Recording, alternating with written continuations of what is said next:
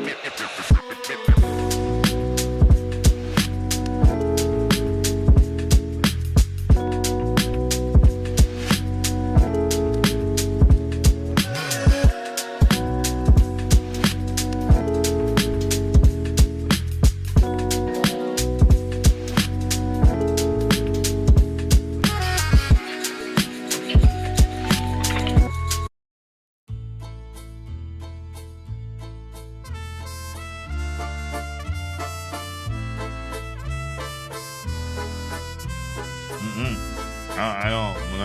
don't like that. Welcome into the PHNX D-Backs podcast right here on PHNX. My name is Derek Montilla, occasionally known as an outlaw from Justice. I don't know what that music is, but I think I kind of love it. But I don't love the results of today's game. I don't love it at all. I know you don't love it. I know you don't love it. It means bad things happen. You are, yeah. That music. We're gonna learn to hate that music as this season rolls on. We want that other song back, but of course, that voice you heard, it's not the voice of God. It's the voice of the people's producer, the one and only Damon Dog. He is hanging out with Jesse Jr. because he is understandably very sad after today's loss, which could be bigger than just a game that they lost. It could be bigger than a series loss. It could mean that they potentially might lose Geraldo Perdomo for some time. No information has been passed along to me at all yet. This is purely overreaction right now. Of course, we will actually have a real update from the one and only Thunderstick, Jesse Friedman, here from the clubhouse shortly. So hopefully he has some good news for us. Like I said, what did it cost? Everything. I mean, what a game, right? Like that game had everything. What a chaotic ending once we got into extra innings. Torey Lovullo might have outmanaged himself a little bit in this game, maybe overmanaged a little too much. But the Diamondbacks do lose in 11 innings by a score. What was the final score? 6-5 was what ended up being, I think. I don't even know at this point. But it wasn't a great game. It's I've lost track now at this point because that crazy ass game went all sorts of directions that we didn't know where it was going to go. But I did want to welcome you all in to this show that's presented by Factor Meal Kits. Head to factormeals.com/PHNXDBacks50 and use code PHNXDBacks50 to get 50% off. Factor powered me today through this loss with a delicious roasted chicken meal that was very, very good, very healthy, but still does not help me overcome the loss. The Diamondbacks lose the series 2-1, although based on the numbers that we'll see here during the count, you will see it does not look like the Diamondbacks lost the series. Of course, the thing that it might have cost them, though, is the Diamondbacks starting shortstop, Jerry P. This guy over here, distraught. The lost music was necessary, guys, because how else are we going to get over this catastrophic news of Geraldo Perdomo pulling up on that 10th inning? He didn't even want to do this show at that point, and I understand. I almost quit. Jacob had to talk me out of it. He did. He was like, "Why even work in sports anymore?" What's the point? Perdomo, why do we even care? He was a key part, once again, of a rally, right? He was a key part of the rally there in the 10th inning. Yankees made a costly error, allowing Perdomo to be on second base on what would have been the second out of the inning. Maybe he should have just gotten out. What was the point of any of this? But he did appear to kind of come up, tweak his knee when rounding first base to go to second. He was eventually replaced by Jake McCarthy. So again, hopefully we'll get an update here from Jesse shortly, and hopefully that update will be a good one. He did walk off the field and did look okay. Like he didn't hobble off the field. Was I overthinking the way that he looked like coming off? To be honest, I actually wasn't all that concerned in the first place. Yeah. Like I didn't think it was that big of a deal. I don't think he's going to be out that much. Alex was kind of similar, and he's on the 10-day IL, so I could see a similar situation happening, but I don't think that it's going to cost us Perdomo for too long. Hopefully. It was just an unfortunate situation that compounded by the loss. The Diamondbacks did do a good job of coming back there and answering after Kevin Ginkel gave up in the first pitch of extra innings, a home run that gave the Yankees a 2-run lead. Diamondbacks did battle back there in extra innings. This was just a weird game. The offense was very inconsistent in this series.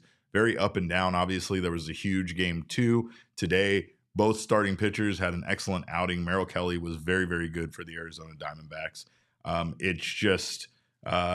It was just, like I said, like a confusing game where both pitchers, Carlos Rodon was excellent.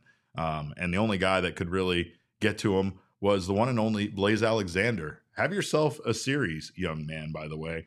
The Diamondbacks may end up needing Blaze more than they thought that they were going to here with the situation with Perdomo.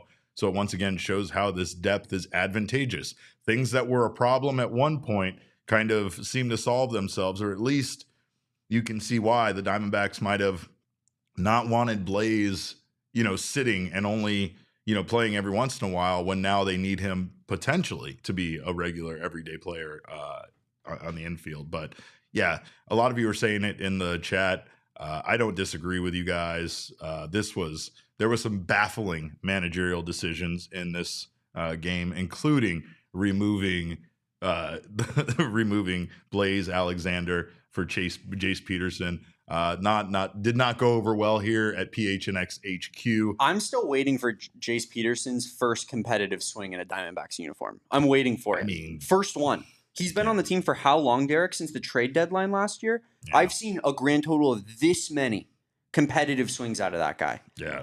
Does he want to provide anything to this ball club? I would love it. I don't know. I mean, there's just the team ends up not having position players in order to have someone taken at bat there and in the bottom of above the 11th, and we see Scott McGuff try to step up and be a hero. This game was wild. It was all over the place. Cattell ended up having to play shortstop there late in the game. And again, some of the overmanaging ended up costing the team late when it comes to extra innings, right? T2BMC says, my gut says he's going to be okay. Everybody pulls leg muscles from time to time. I hope that's the case. I think we were just concerned with where he was grabbing. The side of his knee that he was kind of grabbing on that's not a great area, but hopefully that's the case. I think someone else said he's 23 years old and he'll bounce back. I don't know what that's like to bounce back from injuries. Those days of me bouncing back from injuries are over. If I were to do that to my leg, I just wouldn't be able to run anymore, or maybe even walk. Do you get to a point in life where, like, if you have an injury, it just is there for the rest of forever? I've had a sprained ankle for 23 years, Damon. Yeah, I think that answers that question. Yeah, that answers that question for sure. I have a pinched nerve in my right shoulder that it's just there every night. That's the way it is. That I live with injuries, but I play through them, and hopefully Perdomo can as well. We don't know how big that loss is going to be, but again, you have to be a little comforted by the fact that the Diamondbacks do have Blaze on the roster and can plug him in there at shortstop. He was 3 for 5 in this series. He had his first home run in this game off of Carlos Rodon, which was not easy to do. So a lot of credit there. 2 RBI in this series and a walk. So another great series for Blaze Alexander, and he continues to show why Torey Lovullo has that trust in him. The rest of the offense, there's some concerns. I think the biggest concern, I know a lot of you are concerned about Corbin Carroll. Corbin Carroll still hit a double today. He ended up having that single in the 10th that he beat out that chopper. And I mean, he did get caught stealing third once he got on early in the game with the double. He just doesn't seem very sharp at times. I think Corbin will get locked in, and I feel like he's very close to being there. The more baffling thing to me, and I think the more concerning part in regards to the series, is Lourdes Gurriel, who was the National League Player of the Year, going 0 for 13 with a walk in this series. And I don't really know how someone completely drops off like that, but that's why Jesse and I have discussed in the past Lourdes being a very streaky hitter. In the end, the averages all play out for him to still be a very good baseball player, but his, the good times come in bunches and the bad times also come in bunches. And he was not very good in this series at all. The Diamondbacks almost made up for him, though. With his absence was almost made up by guys like Ketel Marte, who Ketel, once again, he continues to be the guy for this team. 2 for 5 today, but he did have a home run. He had a double, and that double, the leadoff double, was hit number 1,000 in his career. So, and we have gotten the opportunity to see so many of those right here in Arizona. It's been tremendous to watch his career. and Cattell remains consistent for this team. Blaze was very good. A couple of other guys very good for this team. Eugenio Suarez continues to swing at some bad stuff, but Jesse and I were talking that so far he's been a more well-rounded hitter than we expected to be. So hopefully Eugenio can keep that up. Gino's great guy, great hair, amazing hair. Merrill Kelly still can't get much run support, but he was the mainstay once again today. He went 7 innings, gave up 5 hits, 2 earned runs, 1 walk, 4 strikeouts. Like, that's what you're going to get out of Merrill. That's why he's so good. It's not flashy with the 4 strikeouts, but it's consistent. He is able to get himself out of jams, and Merrill's just Merrill. His slider was working today. Since 2022, his 19 starts with 7 innings or more pitched with 2 or fewer runs allowed are tied for 6th most with his teammate Zach Gallen. So we got some dogs in that starting rotation for sure, and some dogs that are consistent. But what a mess the end of this game ended up being. I can't believe that the most crucial at bat of today's game came down to Scott McGough, who obviously is not going to make the cut for the international sex symbol list. That's a given based on the runs that he allowed in his performance. The bullpen that was very good for this team up to this point in this series was not very good today. Again, sucked to see Kevin Ginkel go out there. First pitch thrown, he allows that home run. Scott McGough also was not very good as well. Josh in the comments said he responded well after the Judge home run too. He absolutely did. I just, at times, I think that's the mainstay part of that nickname, is the fact that, like, yeah, I get it. He goes out there, you can always trust him to be the one that, if you're on a losing streak or whatever, can be the stopgap. He can always be that guy that makes sure that the bleeding stops. But there's something to be said about Merrill also just being able to come back from, something like that. That home run was a monster. It went in the pool.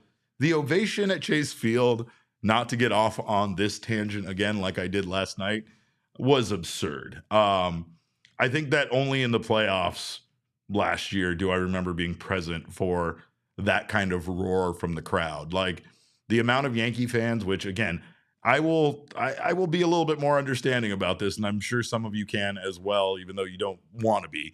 The Yankees only come to town rarely, right? They come here once every 2 years right now with the way the schedule is, and prior to this, it was even less frequent. So it's understandable for Yankee fans here in the Valley that live here to want to come out, see their team. It's also understandable for there to be so many Yankee fans. They've won so many damn World Series, and they've been around for so long that people have rooted for them for generations. But oh man, that hurt my heart. It hurt my heart. You're being way too nice. I'm just trying to be understanding. I'm trying to be understanding because it's honest, right? Like, I've said that in the past, that the hardest thing for Diamondbacks fans is the fact that generations of fans have rooted for other franchises that have been around for years. The Diamondbacks, this guy right here, I remember being in high school when we were talking about the Diamondbacks name being lame, but that's a whole other thing. I don't want to get into that. Diamondbacks name is sick. Well, I mean, we were bad take. We were high school kids. You could say it's a bad take, but we just instantly went to the fact they were calling them the D-backs and how easy that low-hanging fruit was. Now, I will say, though, that this team has done a great job in its short time of getting people excited about it. It's just, again, I think the thing is to hear that, sad, to hear that roar from the crowd, David, it hurt me. It hurt my soul. It cut me deep. I mean, just everybody who's a Yankees fan from Arizona should be ashamed of themselves. That's all I have to say. He's not wrong about that. That I completely agree with. Shame. Girth Jr.'s in the chat. That's an honor. Glad to see you here. He said, I just got off work and I'm late. Did we win? I don't know. Unless you're somebody that's normally here in the Diamondbacks chat and you're just logged into your burner by accident, it's great to see you, Girth Jr. Big fan of your dad. Okay. I want to give my king snake. It's hard to think of somebody to give it to, but I think most of you will agree that the guy that deserves it in this series is Blaze Alexander. Blaze Alexander was fantastic, but also first major league home run. Ketel Marte obviously could have also been our king snake for the fact that there is 1,000 hits is quite the achievement. But I'm sorry, Seth Harper. I don't mean, I'm not saying that Diamondbacks name is lame. I am saying the D-backs name is lame. I've never really liked that. Never been a huge fan, but I love our Diamondbacks and I love our Snakes. And I get it. I know it's fine. You can shame me and be disappointed in me being your, I guess, mayoral representation. But Blaze was fantastic. He continues to be a spark for this team. And right now it would appear that it's not really a fluke thing. Like, we saw Blaze have a tremendous amount of success in Reno and his entire time in the Arizona Diamondbacks organization. It's always been the question of where was he going to play? How was he going to factor in at a major league level? It always felt like he was going to be blocked. And now, given the opportunity, he's absolutely excelling, and I think that that's something that is very exciting. And again, with the Geraldo Perdomo situation right now, hopefully it's just a small sample or small time missed, but I am very much looking forward to seeing more of Blaze Alexander this season. I think that this team believes in him, and I think it's for a good reason. I mean, this team believes in him, but then we sub him out for Jace fucking Peterson in a crucial AB. It's shocking. What I like. What managerial move by Torey Lovullo today disappointed you the most? Is it that one, or Easily. Is it the fact that they got themselves into a situation where, with the game on the line, they had to have Scott McGuff? Those are partially, they kind of coincide with each other. If you don't unnecessarily just take out a player who's hitting the ball well, who's seeing the baseball well, has quality ABs on a regular basis, for a guy who has literally contributed nothing to this franchise in basically a year of play. Like, I don't, that's the reason that we don't have anybody to take off the bench for Scott McGuff in that moment. But that all being said, Jace Peterson would have just gone up there and swung at balls, 8 inches out of the strike zone if he was going up there for Scott McGuff in that moment anyways. Yeah. And I think that you gotta, most of the time, Torey feels like he's a bit more conservative on pulling those moves.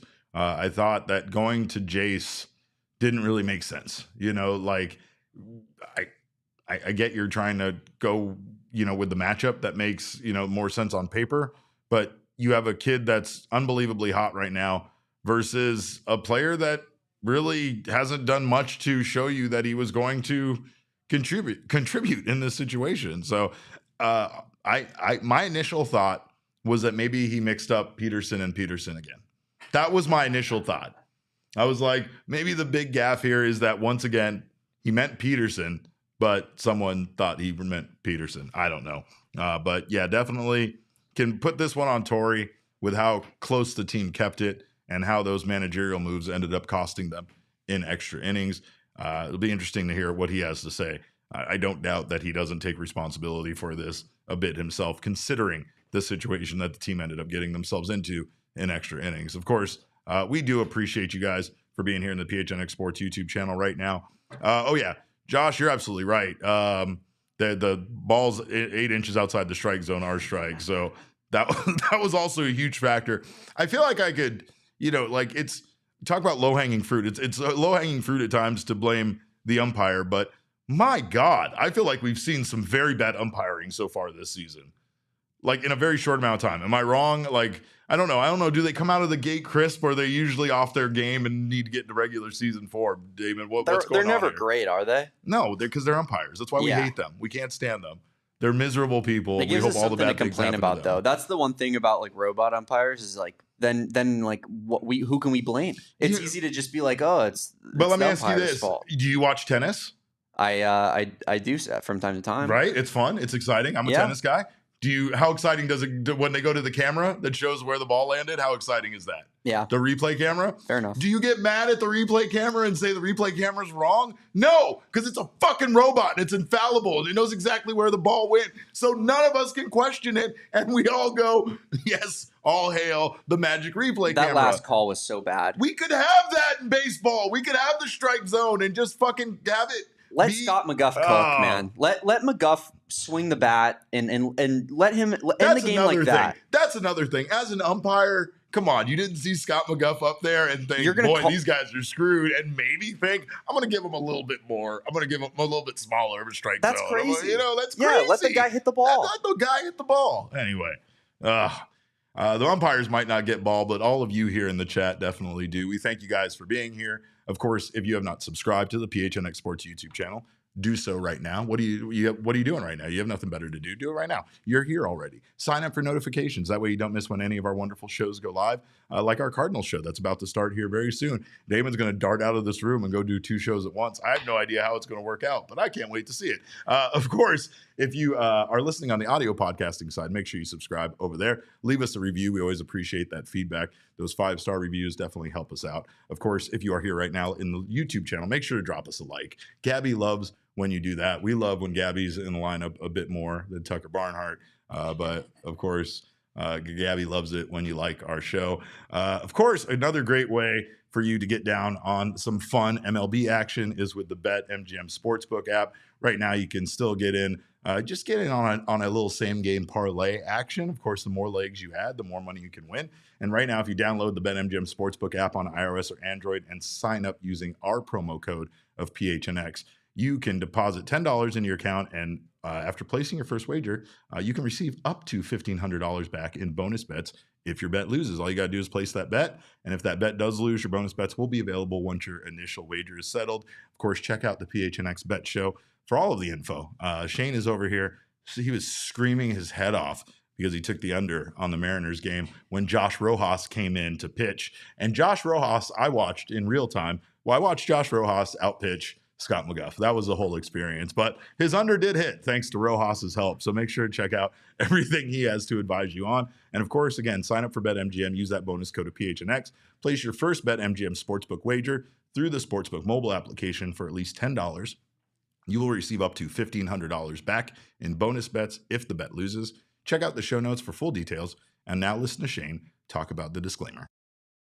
Bonus bets expire in 7 days. One new customer offer only. Gambling problem? Call 1-800-GAMBLER. Available in the U.S. Call 877-8-HOPE-NY 467-369 New York. Call 1-800-327-5050 Massachusetts. 21 plus only. Please gamble responsibly. Call 1-800-NEXT-STEP Arizona. 1-800-BETS-OFF Iowa. 1-800-981-0023 Puerto Rico. First bet offer for new customers only. Subject to eligibility requirements. Bonus bets are non-withdrawable. In partnership with Kansas Crossing Casino and Hotel. See BetMGM.com for terms. U.S. promotional offers not available in New York, Nevada, North Carolina, Ontario, or Puerto Rico. Puerto Rico. Oh, I miss you, Jesse. He's in the clubhouse. We'll get him over here soon. Of course, we don't see each other enough now, so we're going to have to plan a boys trip to Gila River Resorts and Casino, and we're not bringing this guy. He's got Cardinals stuff to do. He's busy doing Cardinals stuff. So it's just going to be me and Jesse hanging out. This is bullshit. Yeah, Jesse's going to be drinking. What do you think Jesse's going to be drinking? Just like a virgin pina colada? He loves a wow wheat. He does. Jesse loves a wow wheat. We all love wow wheat, right? We all love wow wheat. But yeah, he'll be hanging out with me. I'll be showing him how to maybe play a little blackjack, get down on some of the 800 slot machines that they have. Not to mention their live table games, as well as Arizona's largest casino sportsbook. And they just have a wonderful, immense, immersive experience over there. So head to Gila River Resorts and Casinos and let them show you what Next Level is all about. And also pick a friend to leave out. That way you can also hurt someone's feelings when you post the Facebook check-in pictures and stuff. So you do you at Gila River Resorts and Casinos. Visit play@gila.com for more details. I don't know if they still have it, but the late night bingo is absolutely electric, by the way. So make sure to check that out if they do. We do have the numbers from the series. So, of course, let's take a look at those now. Because, again, things don't look like the Diamondbacks lost this series by very much, if at all. Diamondbacks outscore the Yankees 14 runs to 11. They out-hit the Yankees 25 hits to 19. Diamondbacks were 7 for 31 with runners in scoring position, so they had plenty of opportunity to score and probably should have scored much more than they did. Yankees were fairly efficient with their 5 for 18 with runners in scoring position. Starting pitching ERAs fairly close there. 3.6 for the Yankees, 3.45 for the Diamondbacks. Both had good outings that offset the bad outings for sure. Both Merrill and Zach were very good. Ryan Nelson, not so much for the Diamondbacks. And the relief pitching ERA, again, Diamondbacks relievers did not allow a run until this game. Interestingly enough, again, those ghost runners are not real runs. Those aren't actual earned runs. So things look better for these relief pitchers than they should, unless you love or hate. I don't know. Do you love the ghost runner rule? Do you hate it? I don't know. But again, this is not one of those series where when you take a look at the numbers afterwards, you really think the Diamondbacks lost this one 2-1 by any stretch of the imagination.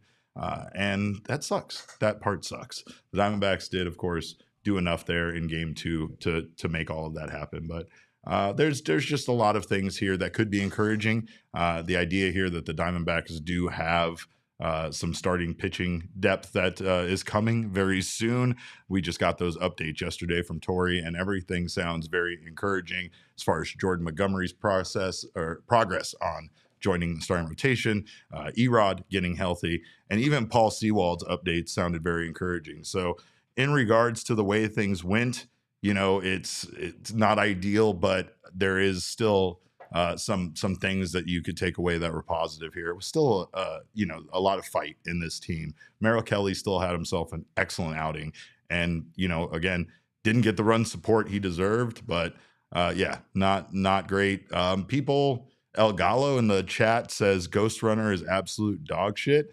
I don't completely disagree with that. I'm not a huge fan of the Ghost Runner rule at this point, but I'm also not a fan of games going longer than this. Like, we were starting to get to a point where some extra inning games were going way longer than 11 innings. They were going 12, 13. Some of you were at the 17 inning game there at Chase Field. So I think that the idea here is that when you're talking about a 162 game season, it's not great to make these guys be playing, extra time. This game it's fine. This is an extra inning game. The Diamondbacks are off tomorrow, so it's not a terrible time for them to have something this long, but or game this long at this point. But I mean, man, it's just it's really sucks that they were this close to taking this series from the Yankees. They did give them a lot of trouble considering the Yankees came into this series undefeated, but it just came up just short of winning not only this game, but the series.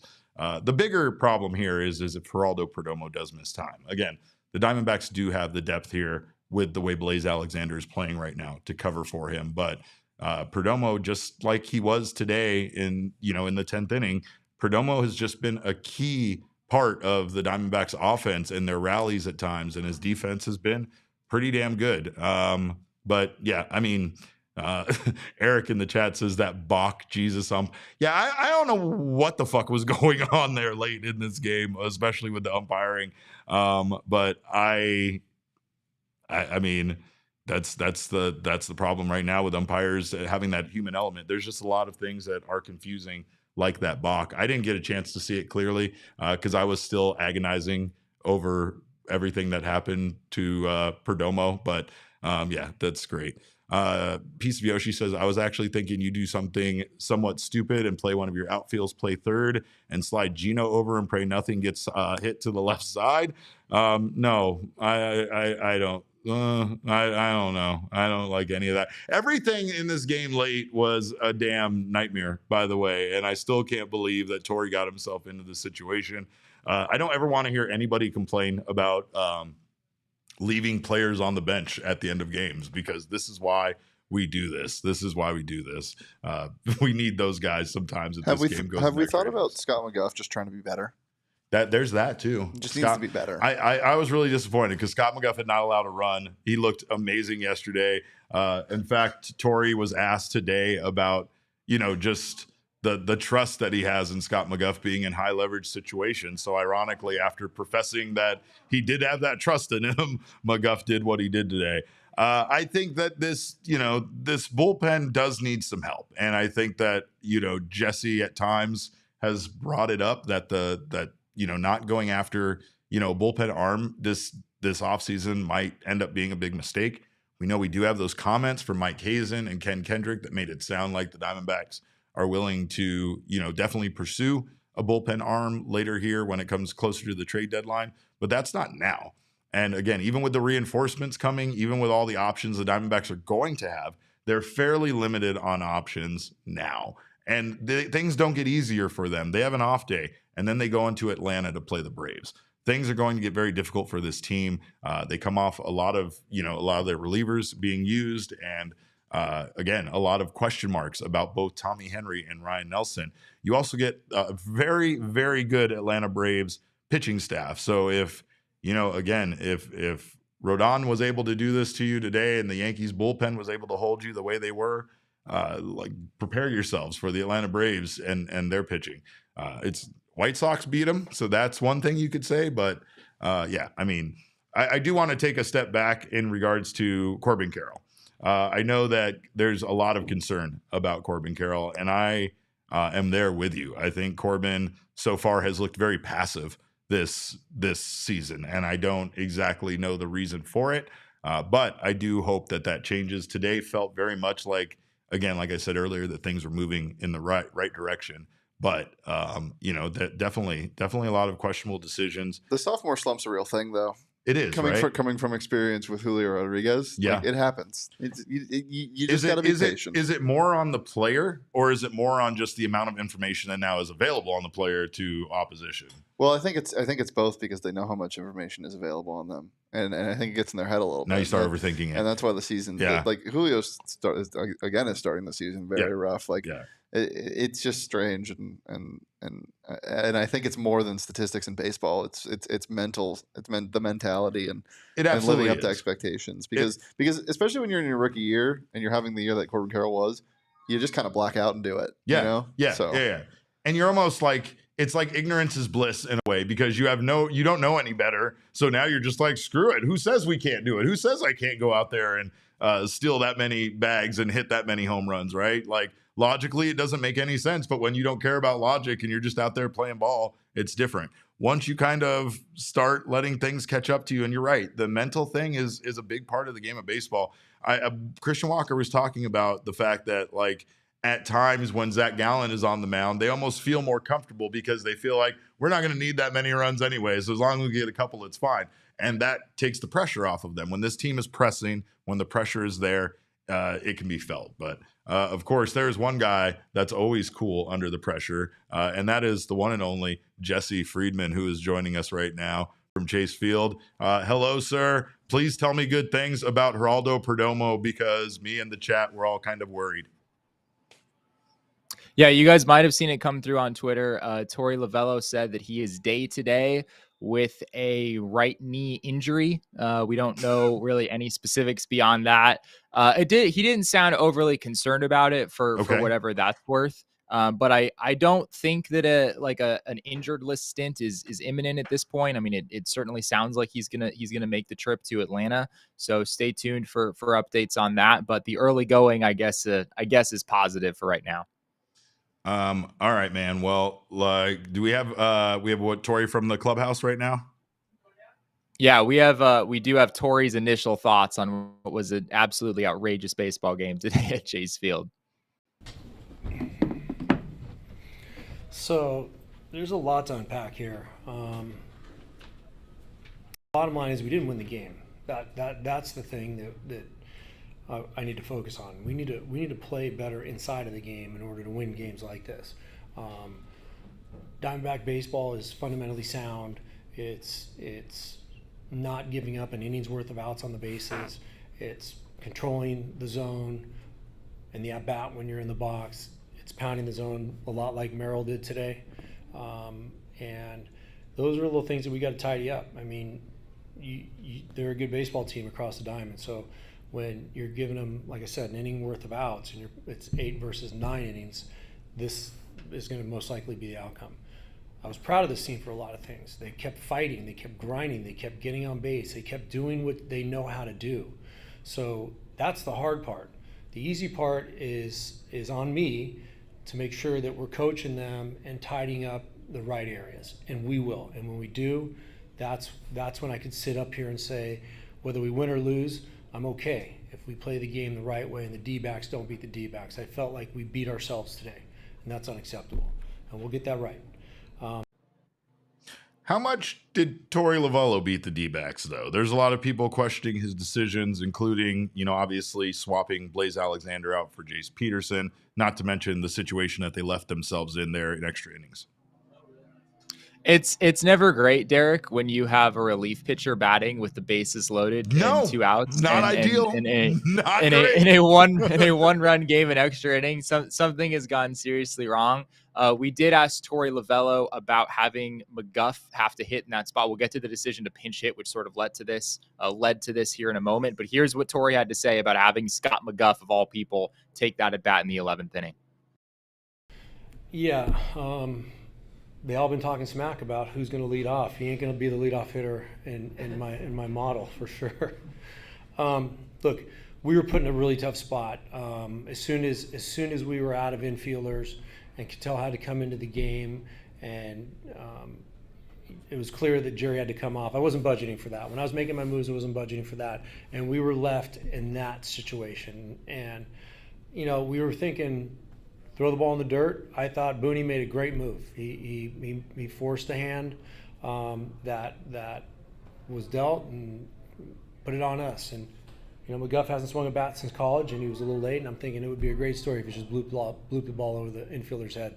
We won this game, but it didn't happen. So credit to Booney. It was a great decision, and we got clipped. I think Torey was taking his all pitcher lineup that we're going to talk about a little bit later way too seriously. But of course, Jesse, yeah, not the best situation to leave yourself in. Not the best situation. And yeah, I was going crazy in the press box thinking about how much of an insane coincidence it is that literally pregame today, I asked Torey Lovullo who his best hitting pitchers are. And in the same game, we had Torey literally having to make that decision, right? And he told us Zach Gallen. Yeah, why did he use Zach in the situation? I suspect it was because you don't want your best starting pitcher or one of your best starting pitchers getting hurt. Pinch hitting in the 11th inning of all things. Gallen the does people have in the chat there. would come with torches and pitchforks for him for sure if that would have happened. Yeah, back in 2021, Gallen got hurt. I mean, he had several injuries in 2021. It was a bit of a rough year for him, but it started with an injury that was suffered while swinging a baseball bat. So I don't think Torey has any interest in having Zach Gallen swing a bat at this point, even if he would have been the better option. So Scott McGough was the guy in that situation. In Scott's defense, I do think that called third strike was a touch outside. We did talk with McGough after the game about that at bat, and he did say, "Hey, I didn't swing at it for a reason. I thought it was outside." But I mean, let's be real. Even if the ump gets that call right, I'm not sure Scott McGough necessarily, hits a grand slam or a 2-run single. I don't care. He should have been given an opportunity and a better opportunity than your average hitter. That's the point where the reason why the umpire is back there as a human element is for the umpire to take a look at that situation and go, "Nah, I'm going to make the strike zone a little bit smaller on this guy. I get what's going on here. I see what's happening." I mean, maybe that's fair or not, but if that's not what the humans are there to do, Jesse, then get rid of the humans. You know what I mean? Get rid of the humans. Give me a little digitized box. Show me a cool graphic on screen when we question if a close, ball was a ball or whatever, and, call it a day. But anyway, what else you got? We got more on this, on Torey, on the Jace Peterson decision and his reasoning behind it. Yeah. This is Torey Lovullo. Of course, what led to Scott McGough taking that at bat was that Torey Lovullo I don't have my scorecard in front of me. I believe it was in the 9th inning. Torey Lovullo pinch hit Jace Peterson for Blaze Alexander with a right-handed pitcher on the mound, thinking that, Jace Peterson was the better option there. And he didn't know at the time that Geraldo Perdomo was going to get hurt, but it sort of all spiraled on him when Perdomo got hurt. It left the Diamondbacks without a shortstop, and it also, Ketel Marte wound up having to play shortstop, and it also led to them, losing the DH slot and therefore, needing to have a pitcher in the 11th inning. So here's what Torey had to say about pinch hitting Jace Peterson for Blaze Alexander in that spot. It was a really tough matchup for right-hand hitters. Right on right, it was in my opinion, based on the information that I had, right on right was a real big challenge. A left-handed hitter was a play there. So I was looking for somebody to drive the baseball and get on base. So it was outside of the results. If nothing happened and Jerry stayed in the game and he was able to be the last hitter of the last inning, I still would have done it. If I'd known that everybody would have gotten hurt, I would have not done it. You know what I mean? So it favored a left-handed hitter, and I know this is where it drives people crazy. I just felt like it was a good matchup for Jace. Just didn't work out.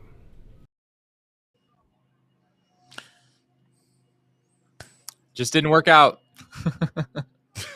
I think a lot of people would have said I saw that coming. But I don't know, Jesse. Overall, the situation didn't go great, and it kind of obviously exasperated, the moves he made. It felt like it put a bigger kind of magnified those the swapping Jason, having all of that turn on him the way that it did.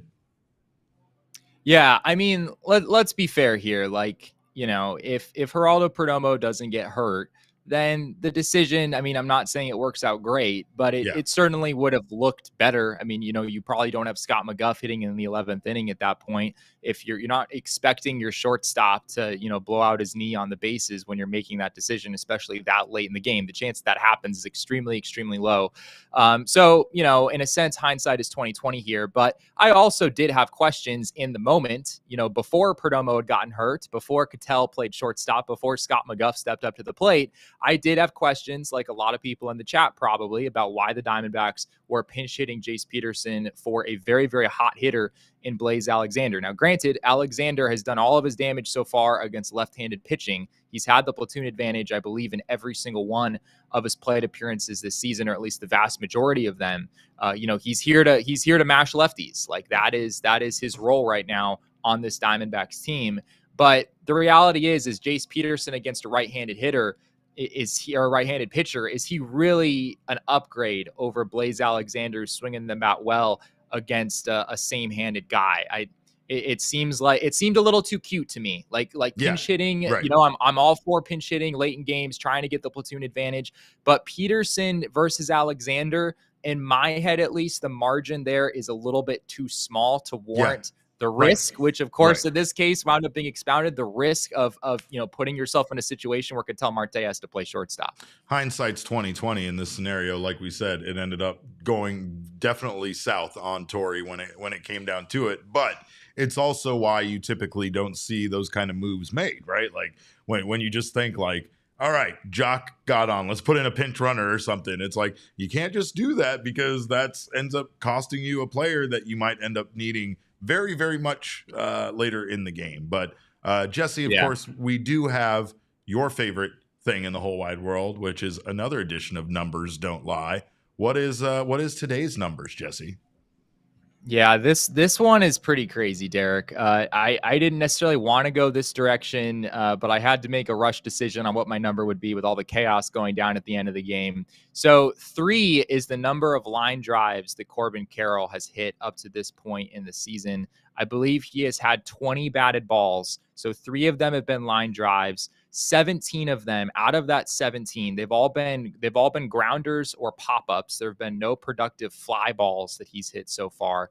And you look at the ground balls, almost every single ground ball that Corbin Carroll has hit has been, not saying like really any ground balls are great, but a lot of the ones he's hit were of the chopper variety, where he's just banging it into the ground. A lot of launch angles for him in the -60, -70, -80 range. We saw a couple of those today.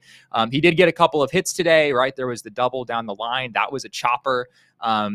He also had another hit later in the game, which was also a chopper on the infield, which he can use his speed in that situation, was able to beat it out.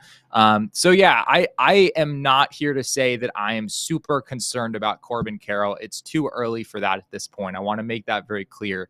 But what we've seen from him so far has been a lot of the same stuff. I mean, rarely when you have a star hitter struggling, early in a season, is it so easy to characterize like every single ball that they've hit. Almost everything that Corbin Carroll has hit has either been a pop up to an infielder or a chopper that he rolled way over the top of. He clearly is out of sync, and by no means is this a loss on Corbin Carroll. I mentioned he actually did have those 2 hits, which proved to be pretty big in this game, but obviously Corbin is a really big part of this team, and in these first 7 games, he has not looked great at the plate. I think he has looked frustrated, which can kind of appear like he's a bit, just off, and I think again that everything you're noticing is absolutely correct, but like it's compounded, right? Something that Shane was talking about was, the mental aspect of it, and just the sophomore slump where, it's different now. There's more information on you, but then you also know that there's more information on you. So you're overthinking it. Obviously the other thing that I believe someone brought up in the chat was the expectations are different. You come in trying to prove yourself when you're a rookie, like Corbin Carroll did. And after you do now, whether you want to call it a standard or whether you want to call it very high expectations, those are there weighing over you in your second season, and you're expected to live up to it. It can be a lot sometimes for these superstar players, especially when they're still, developing even at this point as a baseball player. Yeah, and I don't know for certain that bled over to Corbin's base running, but he did make a really key base running mistake. Yeah, You might he have did. already touched on this. First and second, 2 outs, Christian Walker at the plate. By no means are you guaranteed to score a run there necessarily. There were 2 outs in the inning. Walker wound up striking out to start the next frame. But yeah, it was a caught stealing pickoff, which is something we've seen several times from the Diamondbacks already this year. We saw it, I believe, yesterday with Jake McCarthy. For a team that really prides itself on its base running and has been an extraordinarily good base running team over the last couple of seasons, D-backs are making an awful lot of outs on the bases. And it wasn't just that one. It was also Eugenio Suarez getting doubled off second base when Jorge Barosa hit a hard line drive. That one in the moment to me seemed like it was hit so hard that maybe Suarez just couldn't have got back. But Torey said after the game that was a base running mistake. And looking at the replay, I can see why. Suarez broke. His first move was to break toward third base instead of going back to second, which is what it should have been on a hard line drive like that one. A frustrating game all around, like Ryan says in the chat, and I agree with that. It was a very good outing by Merrill Kelly, who joins Zach Gallen for the most tied for sixth most of 7 innings pitched, 2 or fewer runs allowed or less. Again, these guys have been super consistent. It's what makes them the hosses of the starting rotation, and the Diamondbacks would not have done what they did last year without them, and wouldn't be in the position they are without them. Right now, they have to lean on both of these guys very much due to the fact that they don't know what they're going to get out of Tommy Henry and Ryan Nelson, and they're still a little unsure as to when they're going to get Jordan Montgomery and Erod back into the starting rotation. The Diamondbacks sure didn't lose this game because of Merrill Kelly, right? I mean, 7 innings, 5 hits, 2 runs, 1 walk, I think it was, 4 strikeouts, only 91 pitches. A really, really impressive outing from Merrill Kelly. The one mistake he made was that sinker to Aaron Judge. Of course, Aaron Judge is the kind of guy to make you pay for those kind of mistakes. And it was at the bottom of the zone, but Merrill said that he wanted to get that to the outer edge of the plate, maybe even off the plate, but it wound up leaking back right, pretty much center cut at the bottom of the zone, and Aaron Judge put that one in the seats. Merrill, after the game, was adamant that it's not just Aaron Judge who makes you pay for that. It's a lot of hitters in this league that are able to hit a pitch in that particular spot. Well, and Torey talked about not putting Aaron Judge on. This is what he had to say. Yeah, I'm kicking myself for that right now. Yes, of course.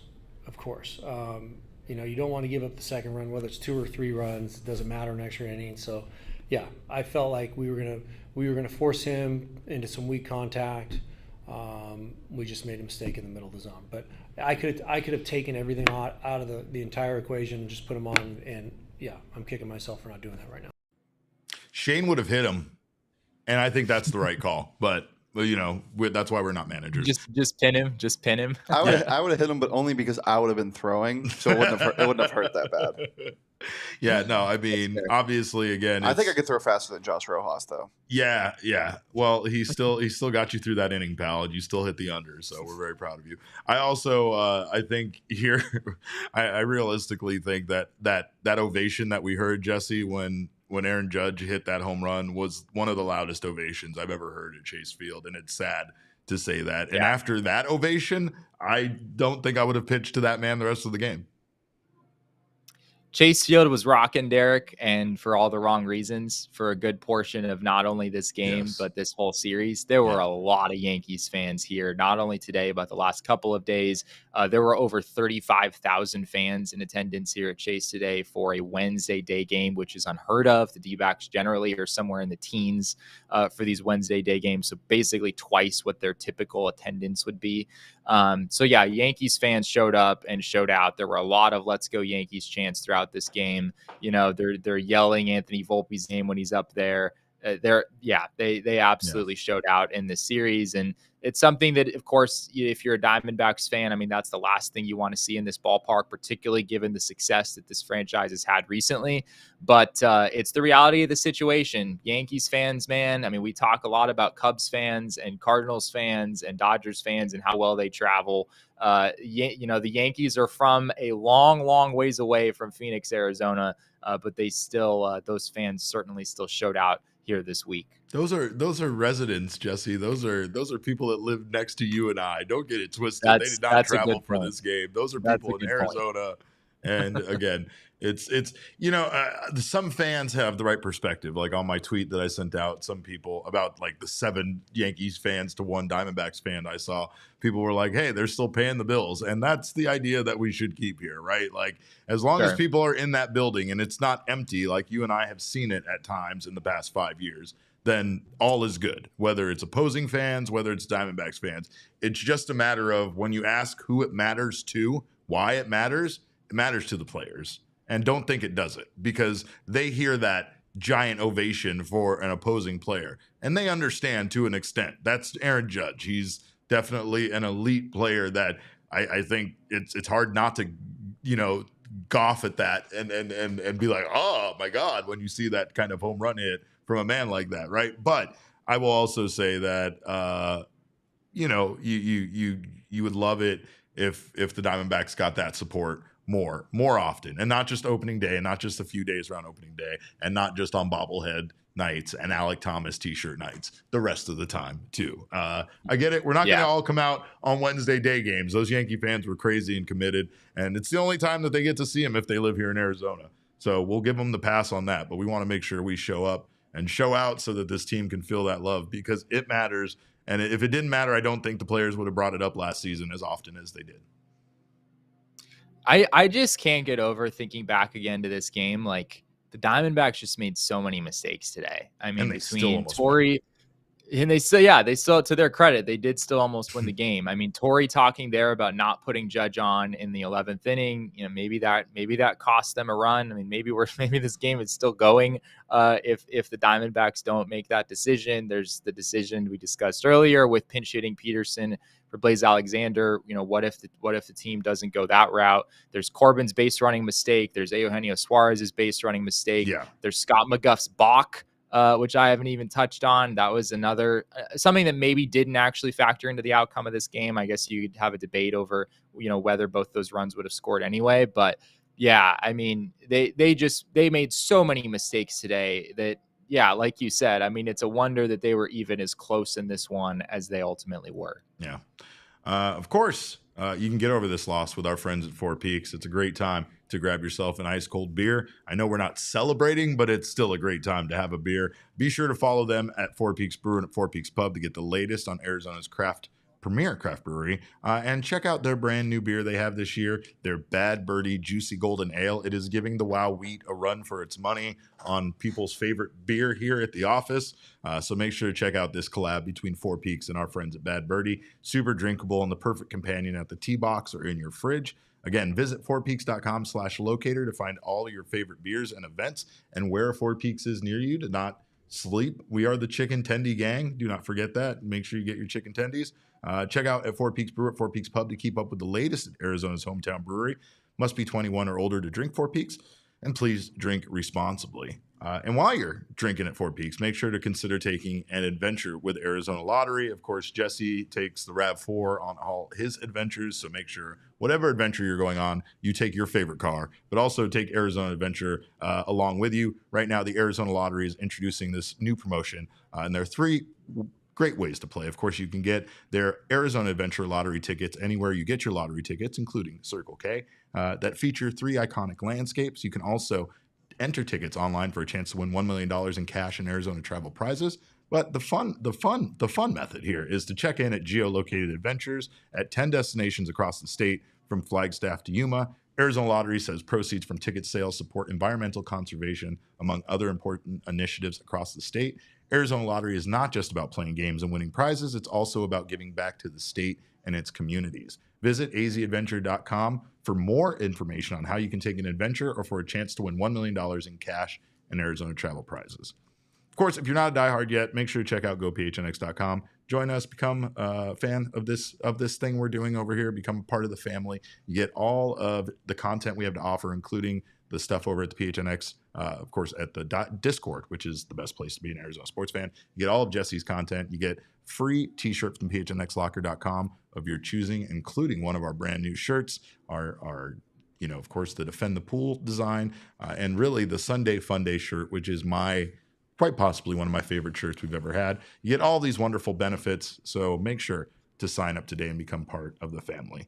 Jesse, you did ask Torey Lovullo again about his best hitting pitchers on a day when the Diamondbacks ended up needing a pitcher to hit, which is like as rare as lightning striking these days. But this all came on the back of the fact that Torey Lovullo revealed, or I should say Zach Gallen revealed to us yesterday, that Torey Lovullo has his all-pitcher lineup, including where those pitchers would play in the field. Did not reveal what his actual starting lineup hitting would be, but he did reveal what where the pitchers would play in the field. We actually have that graphic. Here is where everyone would play. Jesse, you want to update us on this and give us the thoughts from the clubhouse?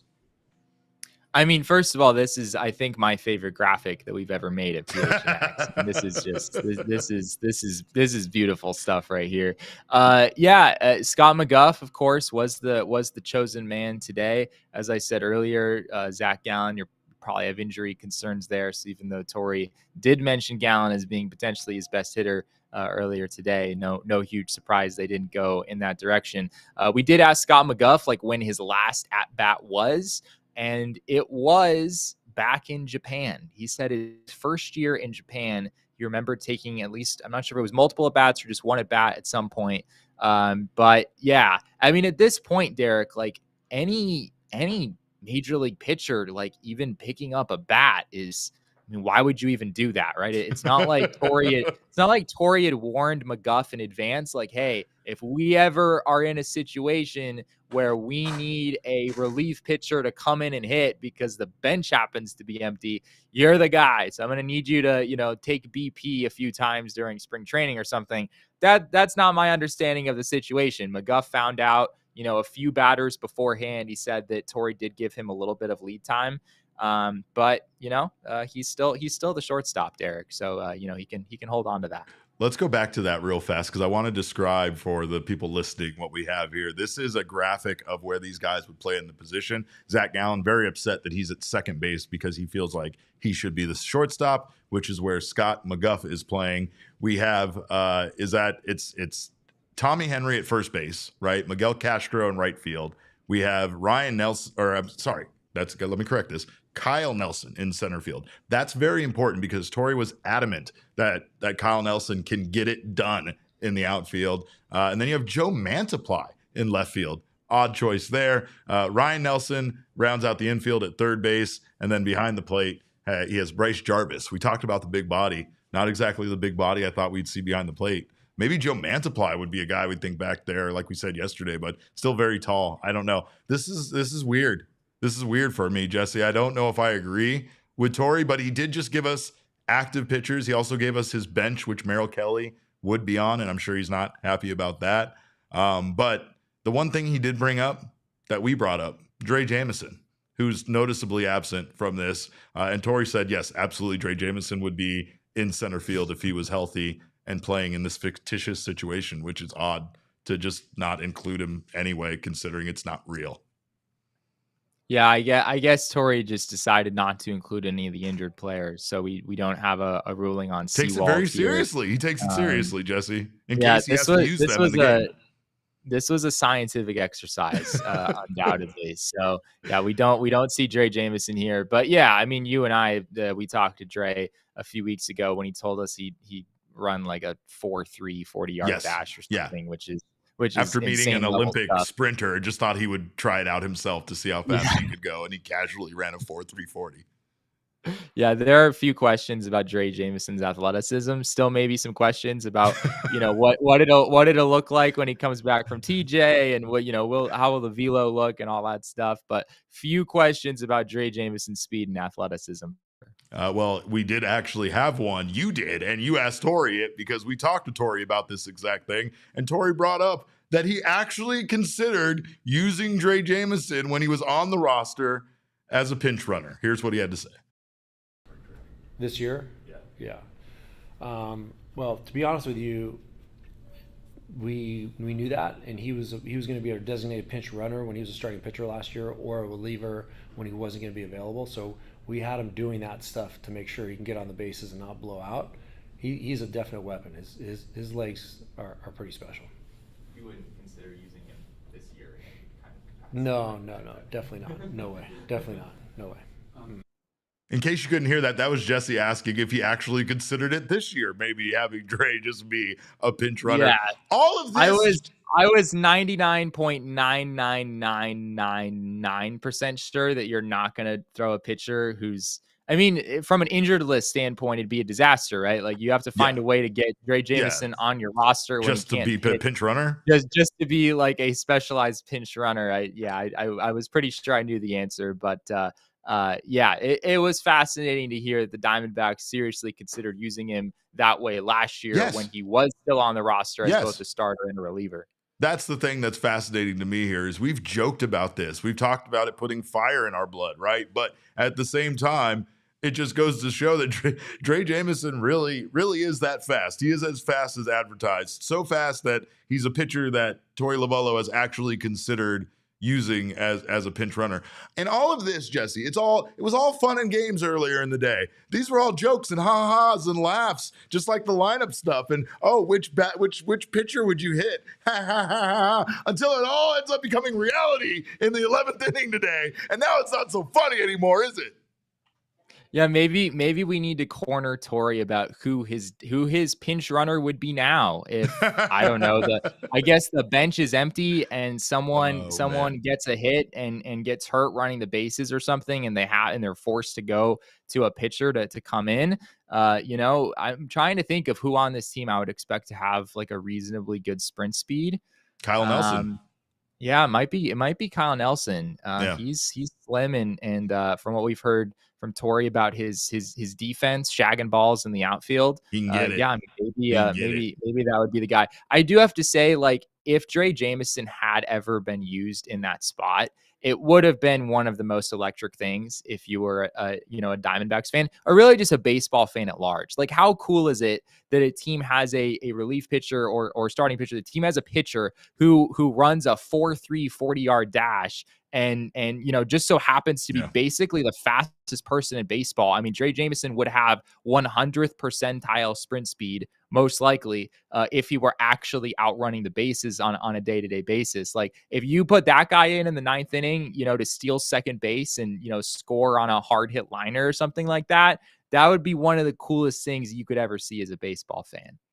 Piece of Yoshi says all of these pitcher memories are coming back because of this game, and he's not wrong, Jesse. We saw Ginkel come in and immediately give up a home run. We saw Scott McGough struggle. It was very reminiscent of last year, where it seemed like no matter who Torey put in, no matter how good they were, no matter how good they've been, they weren't able to get it done in a high leverage situation with the game on the line. And that had to be kind of a nightmare today for Torey to see both Ginkel and McGough, especially McGough, who I know you're not the guy, he's not in the closer role. He's not even considered probably the setup man, but just a guy that has been so very good in his outings so far. Kevin Ginkel, a guy exactly where you're going to get out of him, and both of them gave up some pretty crucial runs.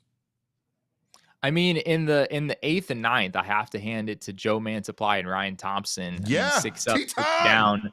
Yeah, 6 up, 6 down, going through the middle of that Yankees lineup was pretty impressive. But yeah, I mean, you got to the 10th inning and Kevin Ginkel threw one pitch, and it was a fastball that wasn't necessarily in like a horrible spot up and in, but Ginkel does tend to throw four-seamers up and sliders down. I guess first pitch, you're maybe just looking four-seamer up, and that's exactly what he threw, and it went over the fence. Diamondbacks miraculously tied the game in the bottom half of the 10th inning and sent it to the 11th. But yeah, that was obviously a big mistake for him. And I continue to be like, as long as Paul Sewald is on the injured list, I continue to be a little bit tentative on the back end of this bullpen. Not to say that Ginkel is going to continue to struggle. I certainly expect him to bounce back, but there aren't quite as many back end weapons in that bullpen than you'd probably like to have. Yeah. Shout out to Jorge Barosa, by the way, who had a huge hit and again did exactly what we knew he does well, which is hit high fastballs, and he absolutely clobbered one in a big at bat for him. So got to give him credit where credit's due. Jesse, the Diamondbacks are going on the road, which means you unfortunately have to come into the studio and do the show with me here. Before you leave Chase Field, you have any final takeaways from this series or from this pretty chaotic game? Yeah, it wasn't an outstanding homestand for the Diamondbacks as a whole. 4-3. You probably could have had. I mean, D-backs weren't especially close in that game that they lost to the Rockies, but any game that you lose to the Rockies is a game you maybe feel like you should have had.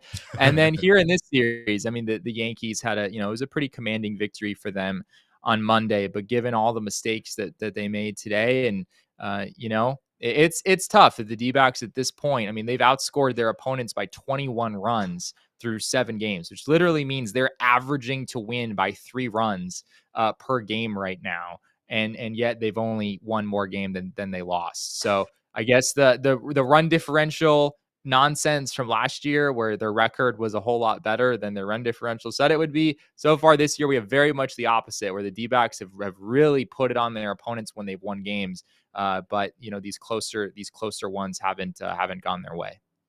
Speaking of you leaving Chase Field, we got a little video of Alex Rodriguez making a pretty crazy comment we didn't expect to hear from him about Chase Field. This is what A-Rod had to say. Of all the great stadiums I've played in, I've come up with my top 5 favorite stadiums and favorite experiences, and I'll tell you why. So debate me all you want. I want to hear, after you hear this, your top 5. Number 5, I'm going to start with Dodger Stadium. For me, it's all about the Dodger dog, great fans, awesome sight. Then I'm going to go with number 4, Arizona Diamondbacks. This is a newer stadium, about 25, 30 years old, but you can see the ball as a hitter incredibly well. And they have great food in that clubhouse. Number 3, I'm gonna go with where the San Francisco Giants play. You can't have a better place. I mean, it's right on the water. When you overlook the water where Barry Bonds hit all those home runs. By the way, the house that Barry Bonds built, you see the ball really well. And again, great atmosphere. Number 2, this one's gonna hurt a little bit. I'm gonna go with Fenway Park. Great fans. You have the Monster. It's just small. It feels like high school, college, intimate, but you still have almost 40,000 people and smart fan base, knowledgeable. They drive you crazy, but they are kind of the 10th man for the Boston Red Sox. And then number 1, I'm going to go with the house that Babe Ruth built, the old Yankee Stadium. 26 World Championships with Ruth, DiMaggio, Yogi Berra, Reggie Jackson, Greg Nettles, Piniella, all the great ones. And of course the Pinstripes, playing in front of 55,000 people every day. There's nothing like home field advantage at the old Yankee Stadium. Where's T-Mobile Park? He's very upset. He's upset about a lot of I'm things. I'm with you, Shane. I'm with you, Shane. T-Mobile Park is a joy. Look, Jesse, I'm looking up on baseballreference.com how many concussions Alex Rodriguez has had. It doesn't have that as a stat, but I feel like that somehow factors in.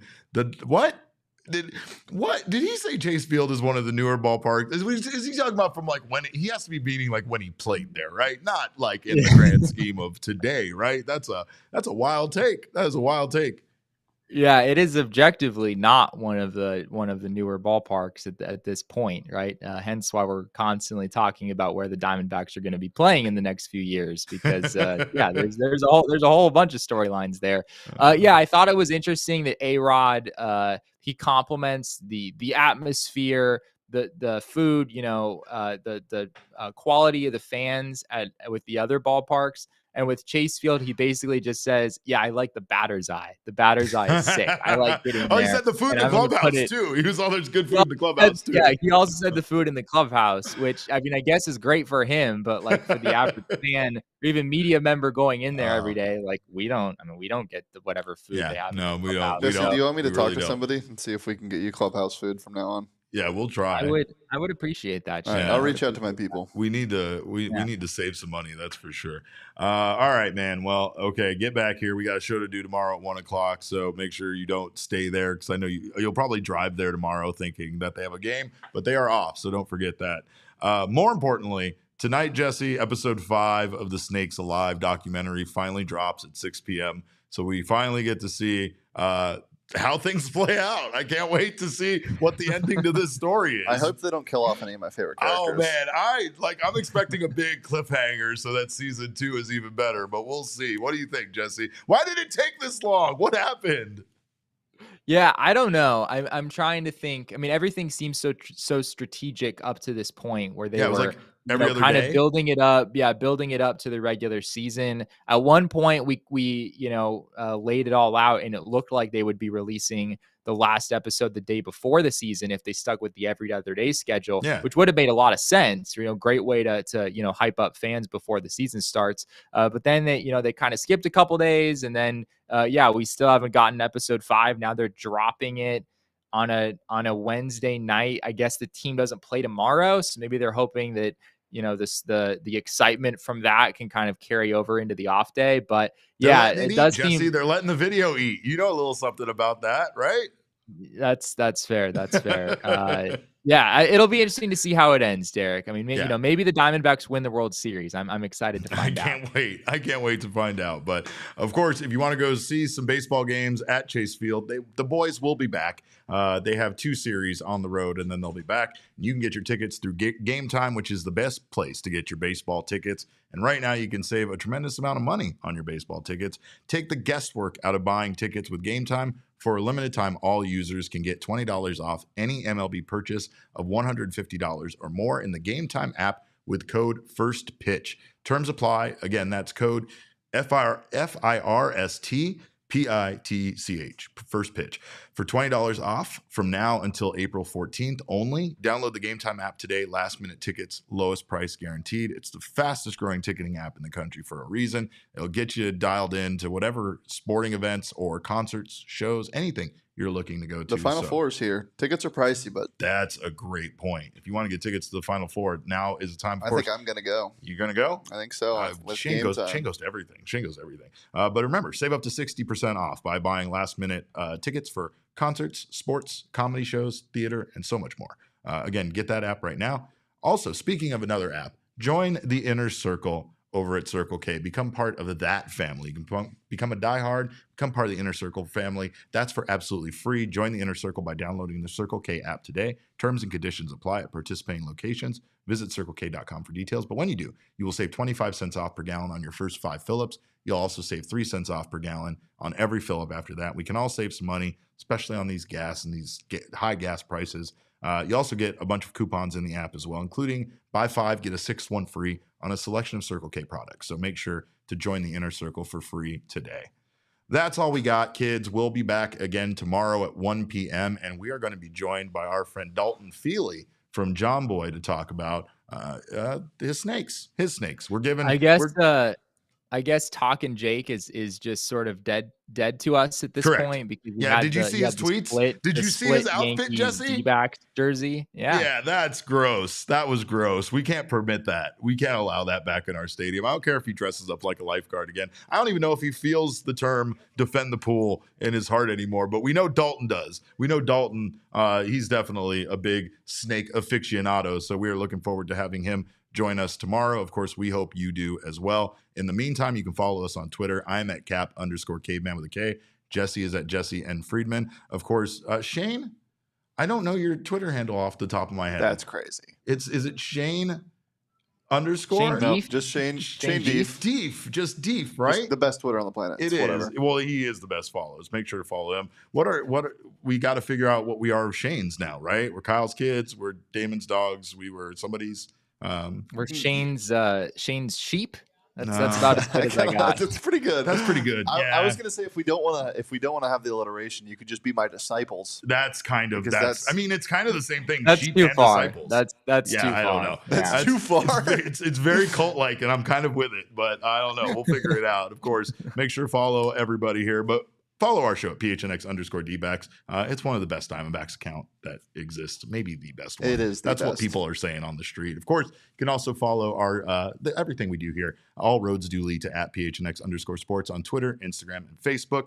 Again, we thank you guys so much for stopping by. We hope to see you tomorrow at 1 p.m. And in the meantime, have a wonderful evening. And remember, kids, baseball is fun, but it's so much more fun when you don't pinch hit Jace Peterson for Blaze Alexander. We all silly like the mayor.